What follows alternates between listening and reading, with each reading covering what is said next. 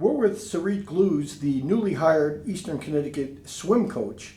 Sarit, you've only been here for a few weeks. How difficult was it to leave? You grew up on the West Coast in Oregon. How difficult a decision was that for you to decide to come 3,000 miles for a job? It was a pretty hard decision, but I think that the opportunity to be a head coach is something that you can't pass up. I had a really good experience on the West Coast, but I was ready to take the leap and be a head coach and have my own program, and I'm really excited about being here. Were there some people you sort of talked to, friends or colleagues, that once you thought about applying, that maybe you looked to them for some advice? Yeah, I got a lot of support from my coworkers at Lewis and Clark. I talked to my head coach that I worked for 5 years, who was also my coach when I swam, and he thought that I was ready for this job, and he was okay with me leaving him. But I think that everyone was supportive, and the decision was mine to make, but I think that it was the right decision, and I'm really excited. Well, Connecticut's a beautiful state, and I've never been out to Oregon, but people just say it's absolutely gorgeous. What's it like to live out there? It rains a lot. Does it? But it's not horrible. It's got all 4 seasons. Where I lived in Portland and where I grew up in Eugene, it was an hour to the mountains, an hour to the coast. You could do anything. You could go snowboarding one day for an hour and then drive to the beach and end up watching the sunset. So there's a lot of opportunities to do outdoor activities, and it's a good environment to live in, to grow up in, and do outdoor things, which is what I like to do. Was there one overriding reason why you did take the job? Was it just because you wanted to be a head coach? I think the biggest thing was that I felt really supported by the athletics department. I think that all of the conversations I had with staff, support people, everybody was really interested in the success of our student athletes, and that was the environment that I wanted to start my first head coaching job in. I'd rather be in a place that is supportive of their coworkers and their student athletes than in a place that is like, we're going to win all the time and that's the only goal. Well, you've grown up in Division III as an athlete and as a coach, and maybe you don't know that much about Division I and II, but it seems like you're really comfortable in Division III. Yeah, I coached in Division II for a couple years, Yep. But I think that my biggest thing is the balance. Division III allows our student athletes to pursue other goals besides their athletics, but they are able to have athletics also be something that they want to succeed in. So if someone's a theater major and they need to be in plays, they can do that and also be really good swimmers. And as coaches, our job is to find that balance and make it work so that they can do their academics and have social lives and be able to explore and go abroad and do all of those things that they want to do and still be really successful athletes. When people think of Division III, like high school people maybe, they think it's almost like a step above intramurals. So you're not trying to say that, it's very structured and it's very, very difficult to compete at Division III, right? There's a lot of demands. Yeah, definitely. I think that the idea of a Division III athlete being less than a Division I or II athlete is totally a misconception. I think that Division III athletes work just as hard, they sacrifice just as much. They are probably there are more things demanded of Division III athletes because there is no exception for them to be missing class. There is no exception for them to be missing anything that they've signed up for. So they have to figure out that balance. But our athletes do a really good job because that's what they want. They want to be able to do all of these things, so they have to figure out how to make it work. Otherwise, they have to give something up to be successful in the things that they want to do.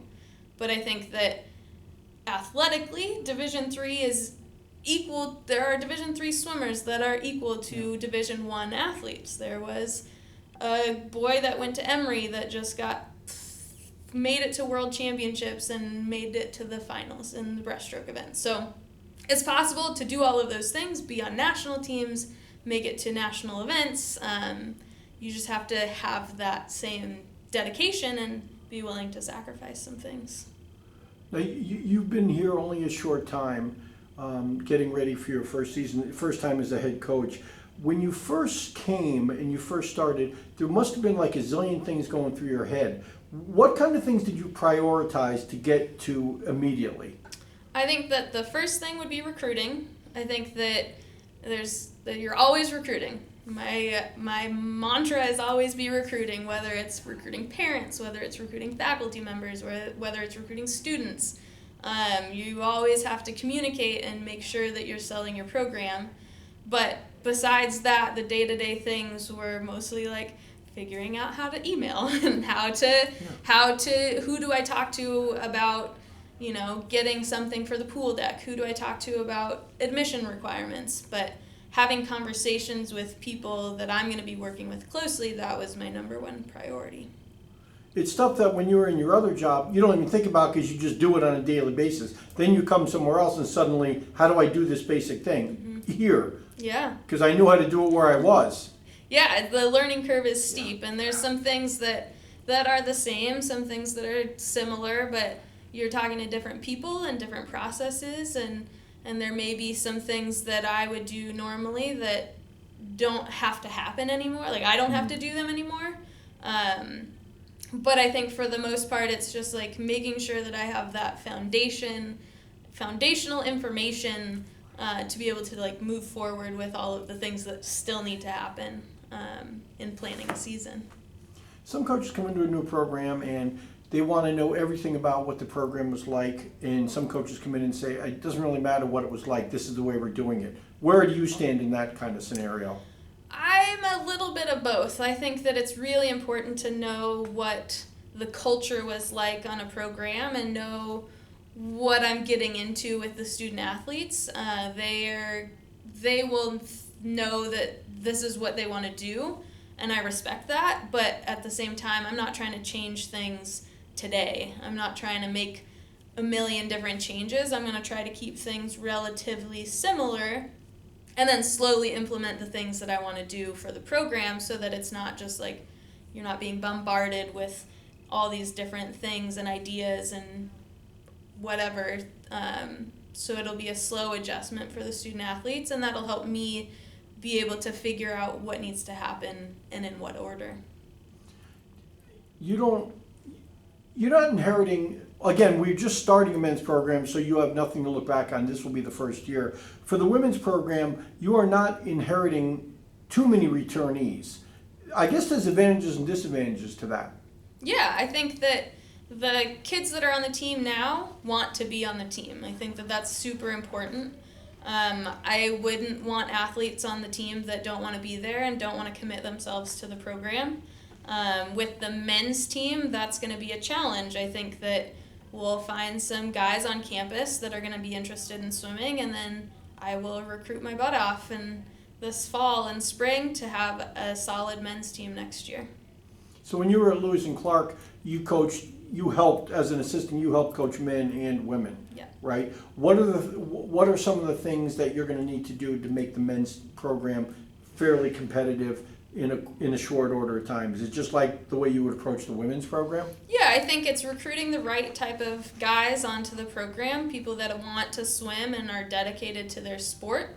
At Eastern, it's a liberal arts college, so there's good draw for that. It's also pulling from local athletes. So now there is an opportunity for local athletes to swim in Connecticut, and before there weren't as many opportunities. So Yep. There's going to be draw to that, and the way that the Eastern education is set up, there will be many people that are going to be interested in that. I'm guessing that you would not have taken this job if you didn't think that this program, men or women, or men and women, could be competitive.